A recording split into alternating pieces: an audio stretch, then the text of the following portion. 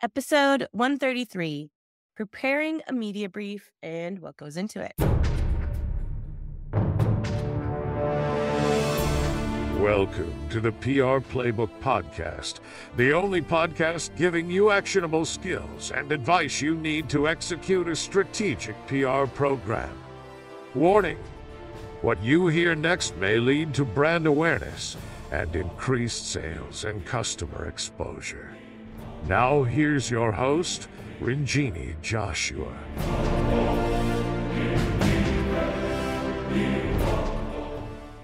Hey everyone, we're back for episode 133. Today we're going to talk about preparing a media brief. First, what it is, and then what goes into it. So a media brief is what your PR team typically will put together once they've secured a media interview. So it could be an analyst interview as well. Any kind of interview that you go into, you're going to want to put together a media brief. And this is kind of the bulk of basically what we do when we reach out to any media to secure an opportunity. So what a media brief is, we make it look nice, obviously. We put the contact information, the time and date, who's going to be the moderator from the PR team, and maybe even a picture of the interviewer, because it's nice to have a face to a name, right? To make sure that you know who you're talking to. If you're on the phone, back in the day, obviously we started making these media briefs a while back. So back in the day, you didn't know who you were talking to. You were talking to them on speakerphone or conference call, WebEx, whatever the situation was. So we like to have the face going with the name. Now you're probably on Zoom, so you're probably going to see their face anyway, but it's just nice to have a heads up on who this person is and get a little bit of input on their character. So we usually put together something with a photo.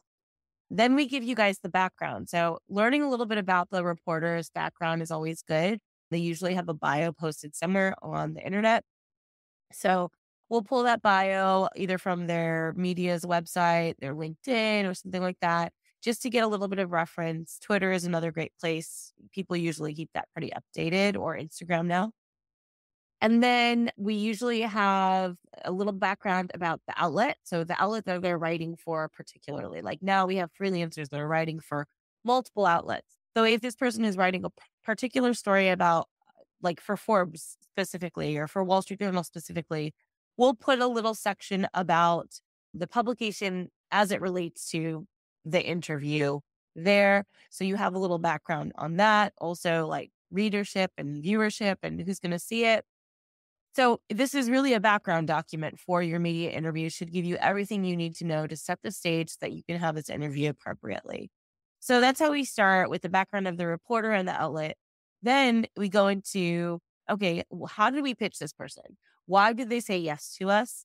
And we usually add in like 3 or 4 bullet points on, okay, these are the pitch points that we pitched. This is what they want to talk about.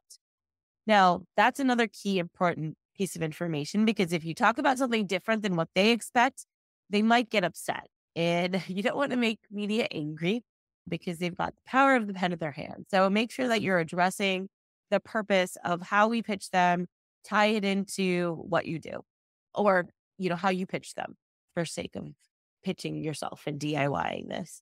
And then the last but not least, and probably the most important, is messaging. So we like to pick out 3 to 4 key messages of what you want to deliver on this phone call. What are the messages that you should create sound bites from? And if you listen to our media training episode, which is, I think, the one before this, or, a couple ones before, then you know that you need to speak in sound bites. So as it relates to messaging, what kind of sound bites do you want to leave behind in the interview? Because not only do people now record sound and video, but they are also still recording what you're saying and probably transcribing it through their Otter or Firefly or whatever. So speaking in sound bites is pretty important, but more so just really making sure that you're getting the messaging that you want to come across. And then last but not least, within those key messages that you want to deliver in the media brief, you also want to have a call to action. So don't ever leave an interview without a call to action for the reader. And again, this is not a call to action for the media person, the journalist or the reporter that's interviewing you. It's a call to action for someone who's listening or reading the story. So what do you want them to do? Do you want them to, explore their options in AI? Do you want them to look at your website? Do you want them to get a demo of your service? How can we weave that into the messaging and into the interview? And if the reporter doesn't expect you to talk like that, then they're obviously not a very experienced reporter. They might not put that in the story, but it is really our responsibility to make sure that we mention it in the conversation. So make sure you have that call to action so you don't leave that out. And I think that's it. Make sure that you review your briefing sheets. One of the biggest flaws, I think, in us being external as a PR agency sometimes is that we're not monitoring you doing the briefing sheet. So sometimes, or reviewing the briefing sheet. So sometimes what we do is we set up a quick call 5-10 minutes before to go over the briefing sheet together so that we make sure that the client looks at it. Because the reason we put it together is because it's really essential to be prepared for the media interviews. You don't have a lot of time with people. And I think with the way media is now, they take that for granted.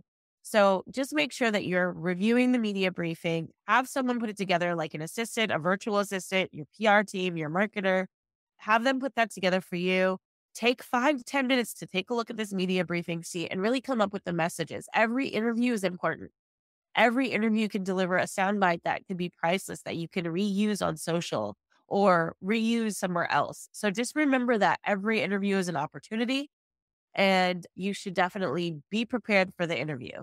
If you're going to do something, do it right. And these media briefings are one of the things that I've always appreciated about preparing our clients for the interviews, as long as they are going to take a look at them. So good luck in your next media interview.